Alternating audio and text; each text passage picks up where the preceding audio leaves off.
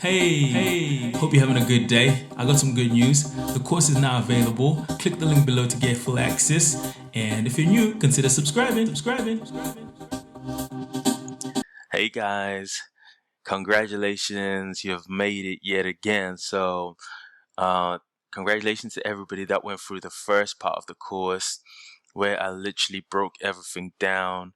Well, at least I tried to break everything down. All the techniques that I've picked up over the years, over the 7 years I've been an email developer. Yeah, some of the tips and tricks I try to throw in that first bit of the course. So if you paid for the course, basically you don't have to pay for any of those new segments and chapters that I'm adding onto the course. So basically you can just go and check them out for free. That goes for any future training that I'll be doing. So if you paid for it once, you don't have to pay again. All right. So, but yeah, if you're wondering how to get access to the course, either click the link in description, or if you're really like eyeballing what's on the screen, you can just literally type out into the browser and then that should come up and you'll have full access to the course. So I did promise I was going to attempt to do this design as part of one of the many designs that I'm going to try to cover within the training series itself.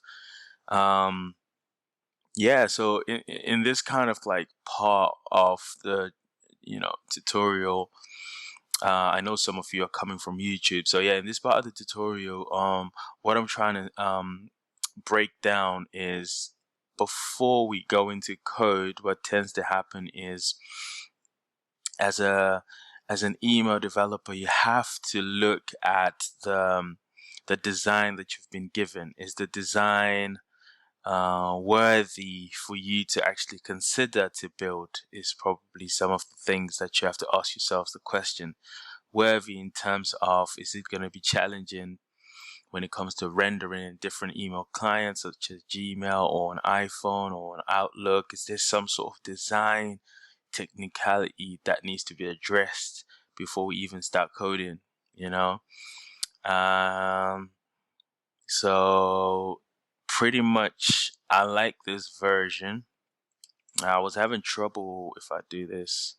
I was having trouble with, let's see which one this is. Yeah, I was having trouble with this one because you see this part is sort of glued, I mean, it's sort of glued to each other. Even if I was to slice it out and cut up this part from here, it poses some kind of interesting challenges in different email clients. So I would imagine some people would think, like, oh, I'm just going to bang in one image, but maybe for a future date, we'll try to tackle it as it is and see what challenges we come up with when it's rendering in different email clients. So that one wasn't particularly my favorite. But however, this one seems to be an interesting challenge as well. So let's just break it down quick. And then I'm going to take you into Photoshop, where I'm going to slice out all the assets. And as I'm slicing all the assets, what I'm trying to give to you is the process of how an email developer works. So these are some of the things that you'll find on a job description. They say, can you actually cut out assets in like Photoshop? Can you build an email from scratch? This is what they're talking about. From scratch, you've received the design from a designer or the art worker, and then basically they've just given you the design. So can you build it from scratch, or can you build it from like a template where you just using existing elements that have already been designed for you to actually build your campaign? So yeah, so to start off, I'm just gonna break it down. Let me just put this maybe as notes. I'm just in Illustrator at the minute, just playing around, so nothing serious. Click OK. Ooh, let's see. Okay, get rid of that then. Right, okay. So how I'm gonna do this is I'm just gonna go for it, like just discuss the elements that are on the page. So we've just received this design and we want to build it. So what do we now think about? So initially, I'm going to think about this bit here. Okay, I'm going to think about that bit there. Maybe if I can do the stroke to something like, so that you see where I'm pointing. This part there is interesting because it holds a little graphic. Don't know if you can see it, but there's a graphical element within this section.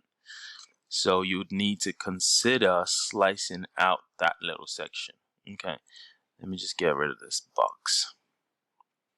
Okay, so yeah, if I actually draw maybe as well, make the brush size a bit small. It's not what I wanted to do. Okay, like that. So basically, what I'm referring to is this part here.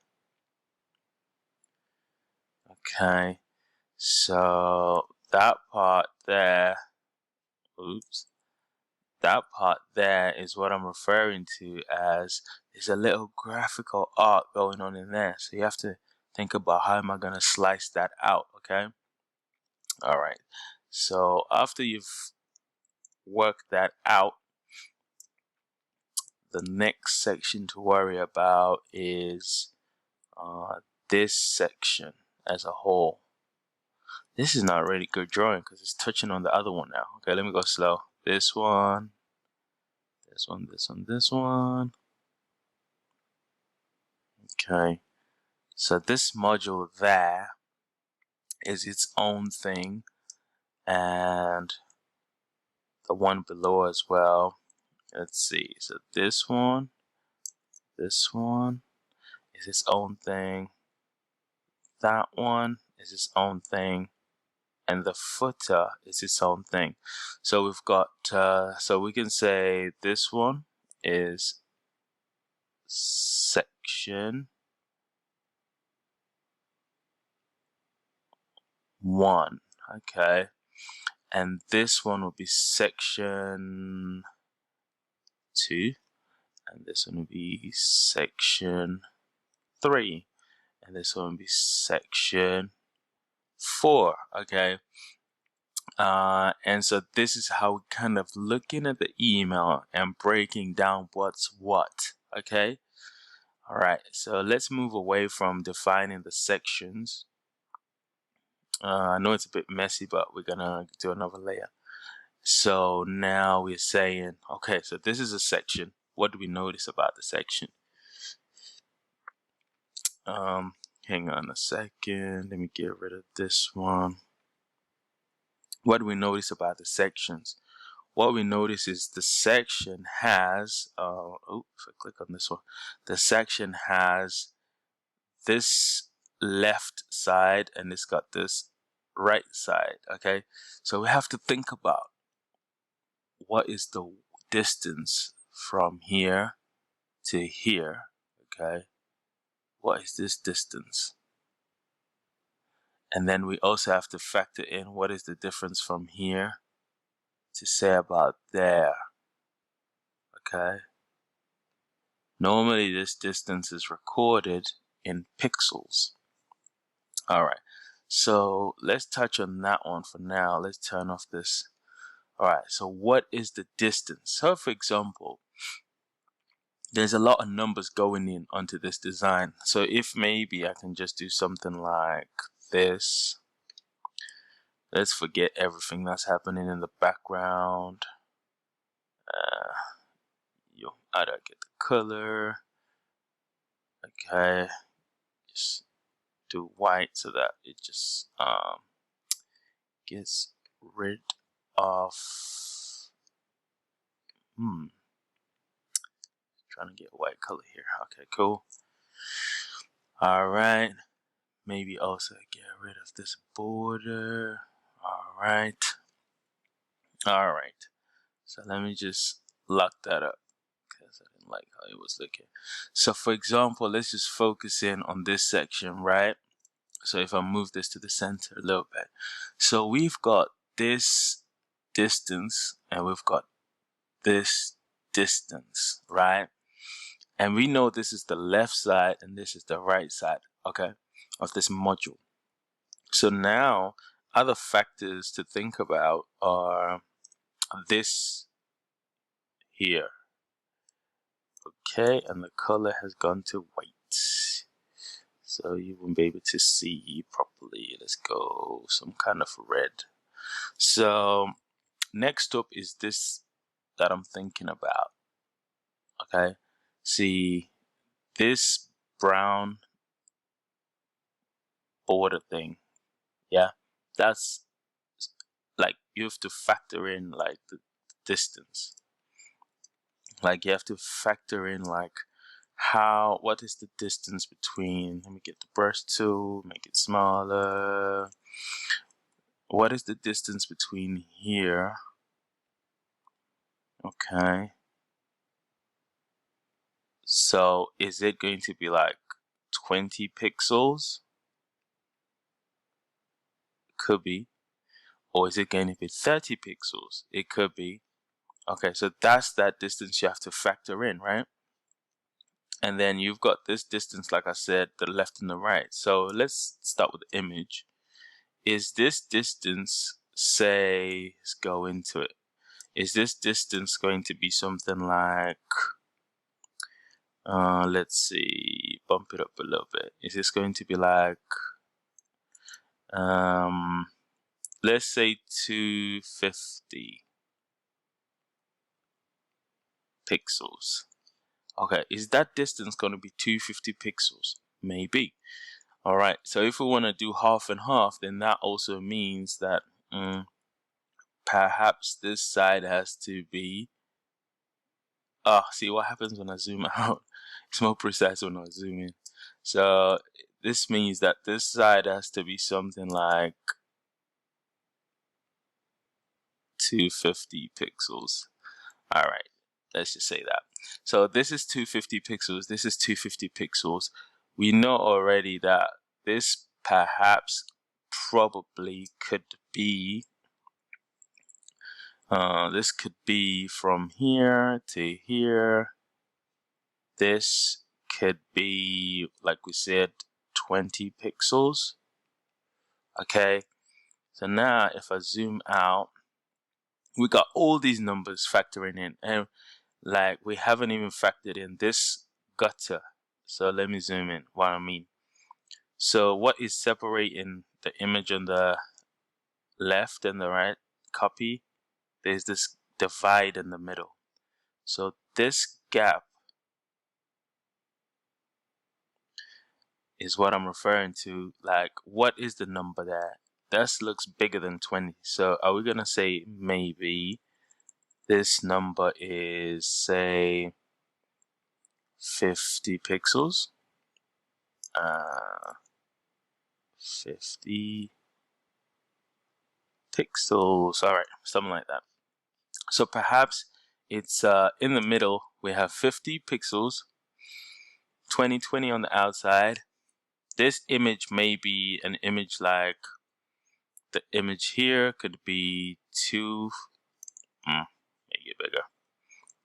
So it could be something like 2.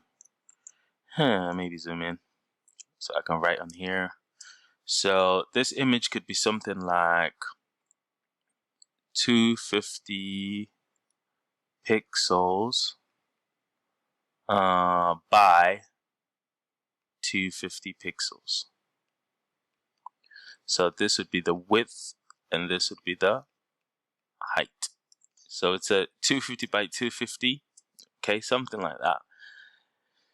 And so with all this information that we've just determined, and then after all that determination comes the actual fact, okay, we can take these numbers and actually go and start coding.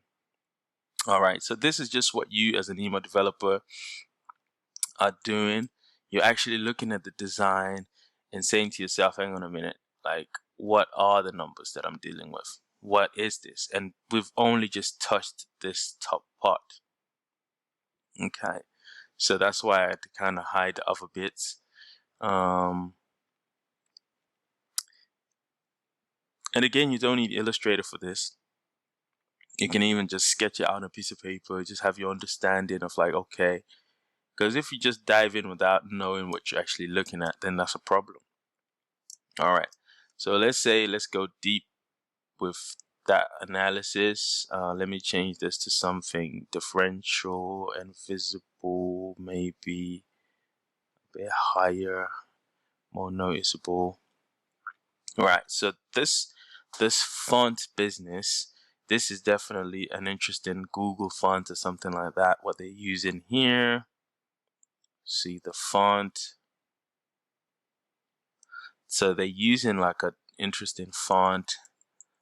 Wow, that was quick writing. Font. Okay, so they're using an interesting font family. So yeah, you'd have to know what font family they're using. And also you have to notice that this font it's either bold, or because maybe the font size is something like 30, so it just looks darker, but I think it's bold. So, it could be semi-bold, or it could be like a variant of a bold, which just makes it darker. So yeah, you have to factor that in. And you have to say maybe what's the font size. Let's say font size is 30 pixels. Font weight is bold. What's the line height? Because you can see there's a big line height between this top line and the bottom line. What's this gap? What is this? Make it smaller. What is this gap here? Okay, this gap is what we call line height. Okay, and if normally how you factor this line height is, if font size is 30, line height is most likely going to be 40. Okay, so, or it could be 45, who knows, because it is definitely a big number there. Then we go to this copy here, this copy here, this whole little chunk. Okay, what I actually wanted to do was this thing that they do, something like that.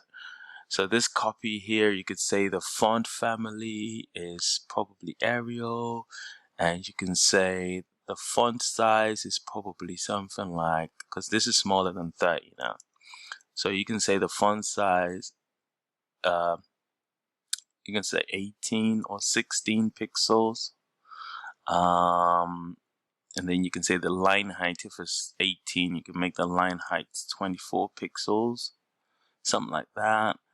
And then this same sort of styling on this piece of text, I think it's the same that's happening here. So it's the same consistency.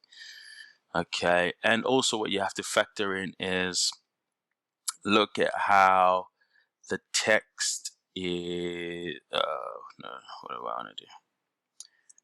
The text is flash.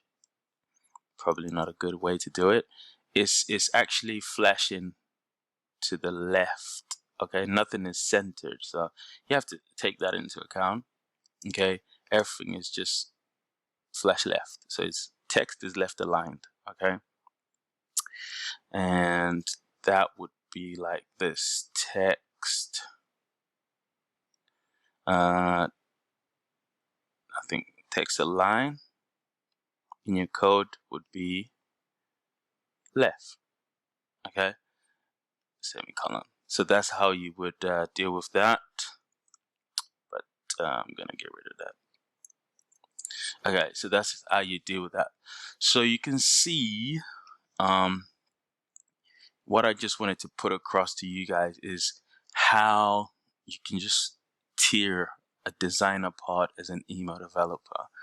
And what are you doing when you're tearing it apart? You're thinking in terms of like 2 steps ahead. It's like chess. You're thinking like, okay, I know what numbers I need to factor in before I even go into coding. Like here, I need it to be 20 pixels. then you come here and say, okay, I kind of expect the image. I mean, you could measure it. Like if you're in Photoshop, I think I'm mostly in Photoshop, you could use the lasso tool. I think same thing happening here. Yeah, it says 233 by 233 pixels. So yeah, 250 wasn't so bad off.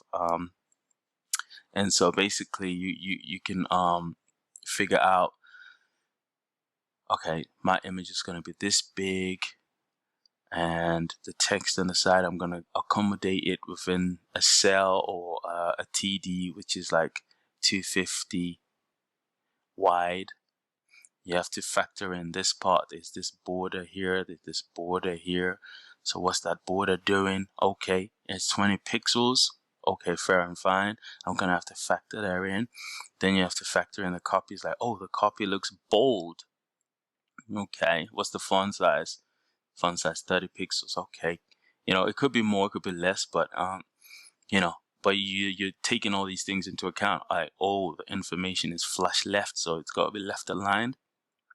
The spacings, there's a lot of spacing that designers have put in here. If I actually can show you, I'm just gonna make it, it's a bit messy at the minute, but like if I go and make the brush smaller, but what I'm referring to is the gap between this and here, which separates the title and the copy, could be maybe 20 or 30 pixels. All right, so you got a spacer here of 20 or 30 pixels that is separating the heading from the copy.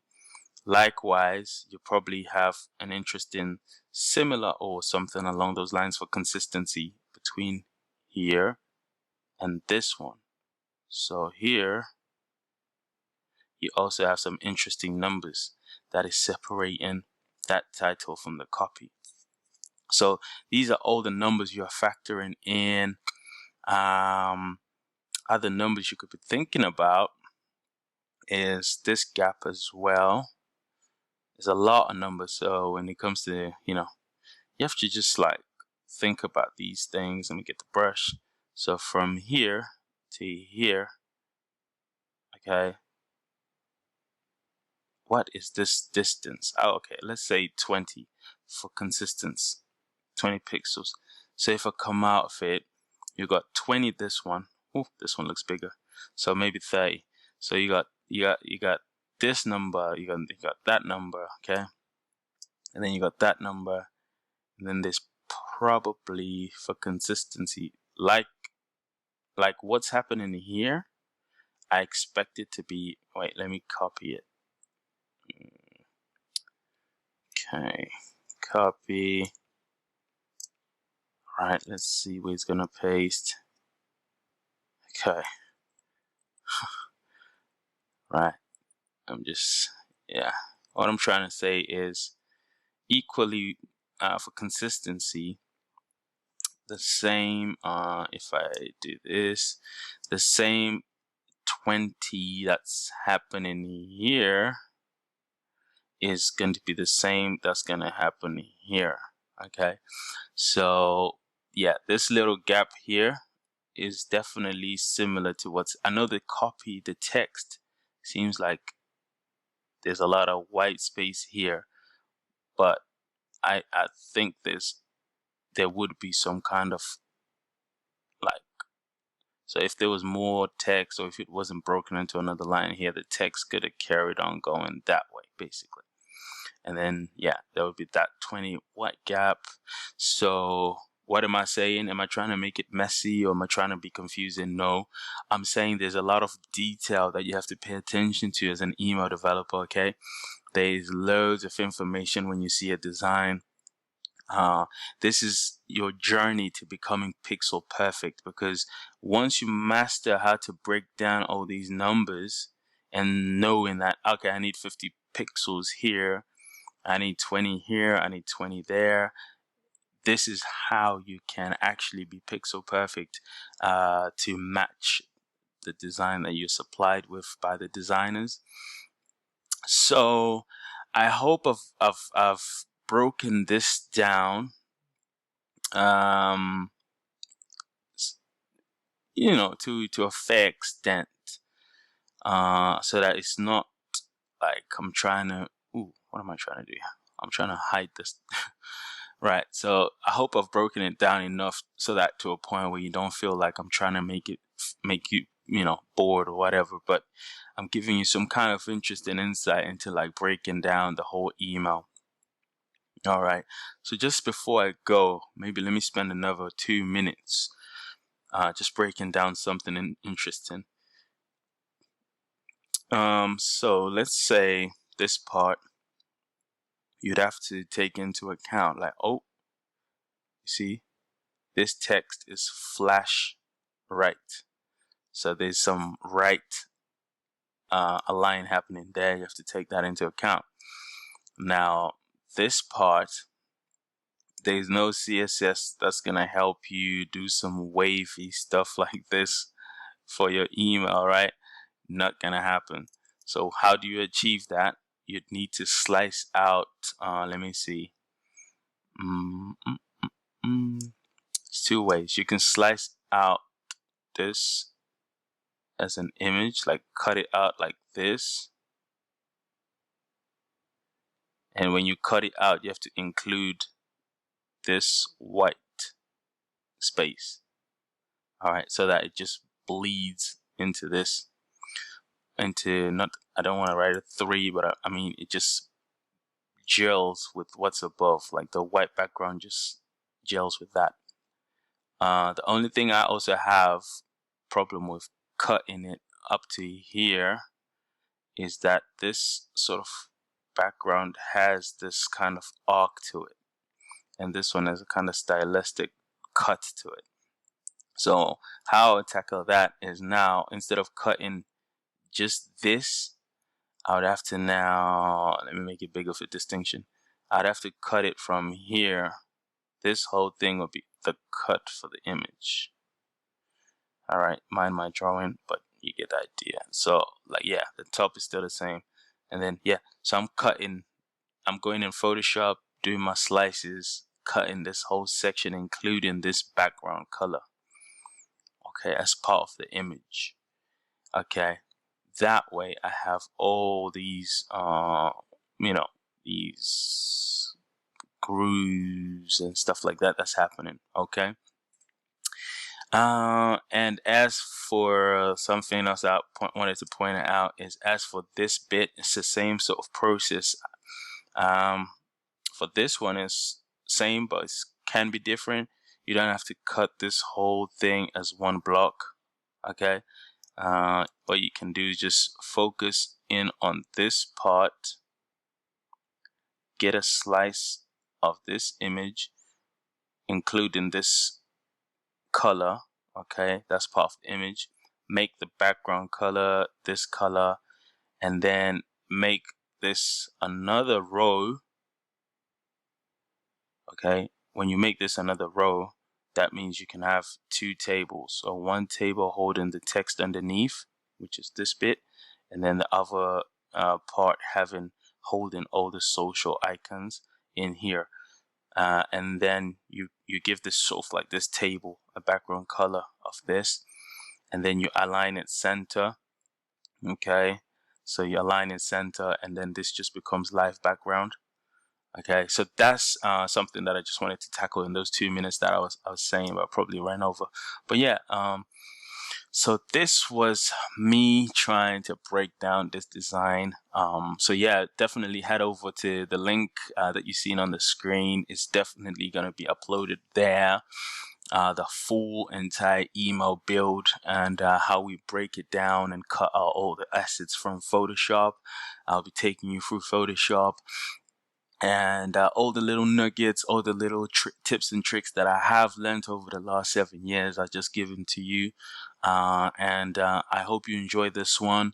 There's many more emails that I'll be breaking down. Like, I'll be going through so much like email related stuff on this channel as well. In terms of, say for example, we break down how certain emails are being built, emails that I see coming to my inbox. And yeah, we just break things down and make it as easy as possible and enjoy building a responsive email. So yeah, I hope you become an email developer today. click the link below, and I'll see you in the next video.